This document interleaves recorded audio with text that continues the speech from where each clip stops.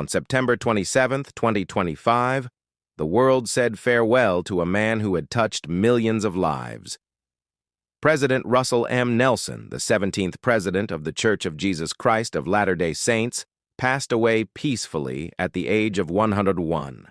His passing left a deep void not only in the church he guided with unwavering faith, but also in the heart of the woman who stood by his side for nearly 2 decades. His beloved wife, Sister Wendy L. Watson Nelson. In the days following his death, Sister Wendy's voice has been tender yet steady. She has spoken with love and reverence about the man she called her husband, her eternal companion, and her prophet. For her, President Nelson was not only a leader chosen by God, but also the man who filled her days with joy, laughter, and a sense of sacred purpose. When Sister Wendy looks back on the hand of the Lord in her life, she often points to the miracle of their marriage. Before they met, President Nelson had endured the heartbreaking loss of his first wife, Sister Dancel Nelson, who passed away in 2005 after nearly 60 years of marriage. At the time, he openly admitted that his grief was nearly immobilizing. It was then, in a way that only heaven could orchestrate, that Wendy L. Watson entered his life. The two were sealed in the Salt Lake Temple on April 6, 2006, by President Gordon B. Hinckley. Sister Nelson would often say that the Lord was their matchmaker. For her, this marriage was not only an answer to prayer, but a divine arrangement, one that allowed her to step into a sacred partnership with a man chosen to guide the Lord's church. This union transformed her life. She wasn't just marrying an apostle, she was joining her life to a man of profound humility and eternal vision. She quickly discovered that being at his side meant not only sharing in quiet family moments, but also accompanying him across continents as he ministered to saints around the globe. From the very beginning, she embraced her role wholeheartedly. She became more than a wife. She became a partner in ministry. Together, they traveled to 35 countries and 17 states in the first 2 years after he became president of the church. Wherever they went, she witnessed firsthand the remarkable energy and devotion of her husband. She once joked that after their whirlwind tours, "My husband comes home and hits the ground running, and I just hit the ground." Her words carried humor, but also admiration. She marveled at his stamina, at his ability to pour himself into the lives of others, and at his joy in serving the Lord. Behind the scenes, she often shared her private observations of the man the world knew as a prophet. In interviews and podcasts, she described his constant forward-looking faith. "He is always looking forward, and he's always looking up," she said. For her, this wasn't just a poetic statement. It was a daily reality. She recalled a photograph from one of their walks, where he naturally tilted his gaze heavenward. That upward focus, she said, was the most authentic expression of who he was. At home, she knew him as a loving husband whose kindness filled their lives with peace. She once described the voice of her husband in private as kind and loving and lifting. She added softly, "He's really easy to love." One of the greatest joys of her life, she often said, was listening to him pray. Family prayers with him revealed not only his devotion, but his vast compassion. His prayers were not small or limited. They reached outward to the entire world. She recalled how he prayed for all of God's children, with a global heart that reflected his calling. She also saw the urgency with which he lived. Whenever the Lord revealed that a change needed to be made, his response was always the same. "What's wrong with now?" For Sister Nelson, this was a living testimony that her husband was a man of action, someone who never delayed obedience. Though their life together was filled with constant ministry, she cherished the quieter moments they shared.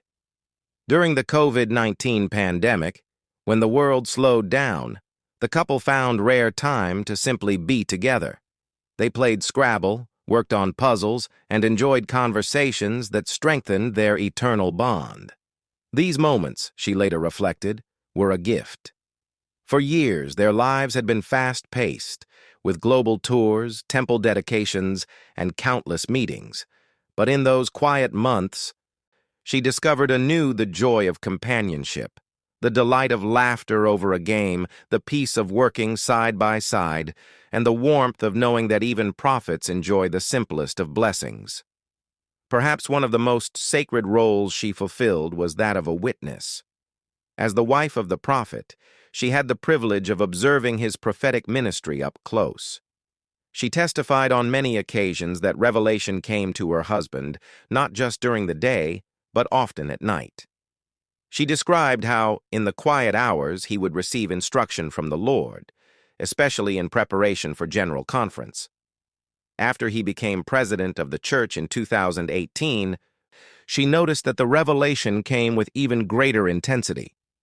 "My husband is trying to get every bit of instruction that he can," she said.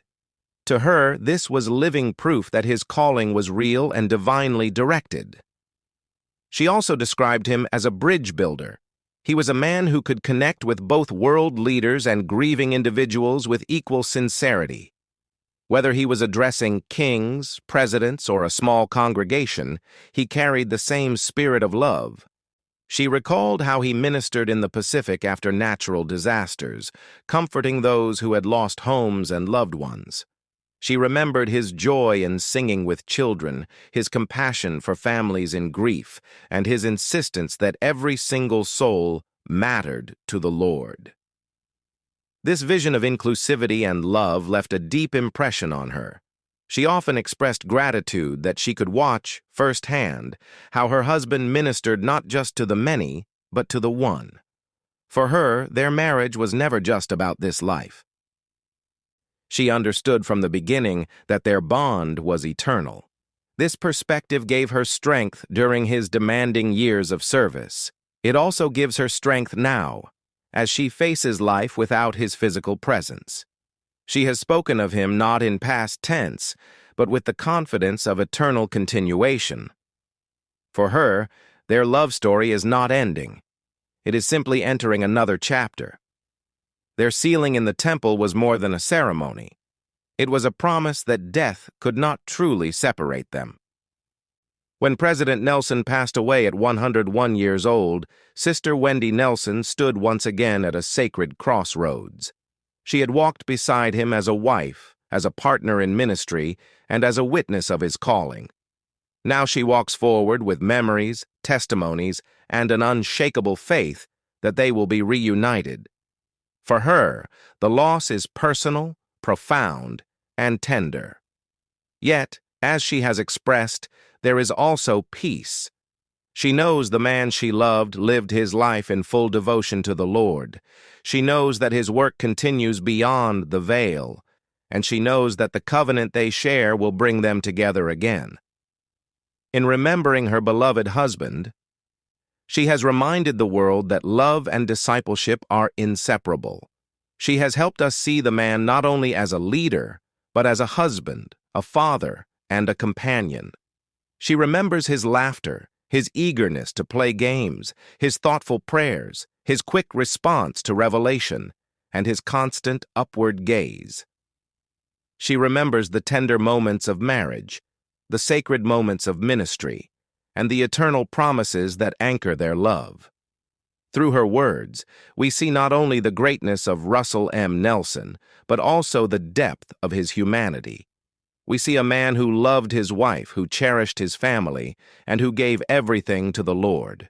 Now, as Sister Wendy Nelson faces the future, she does so with the same faith that has guided her life.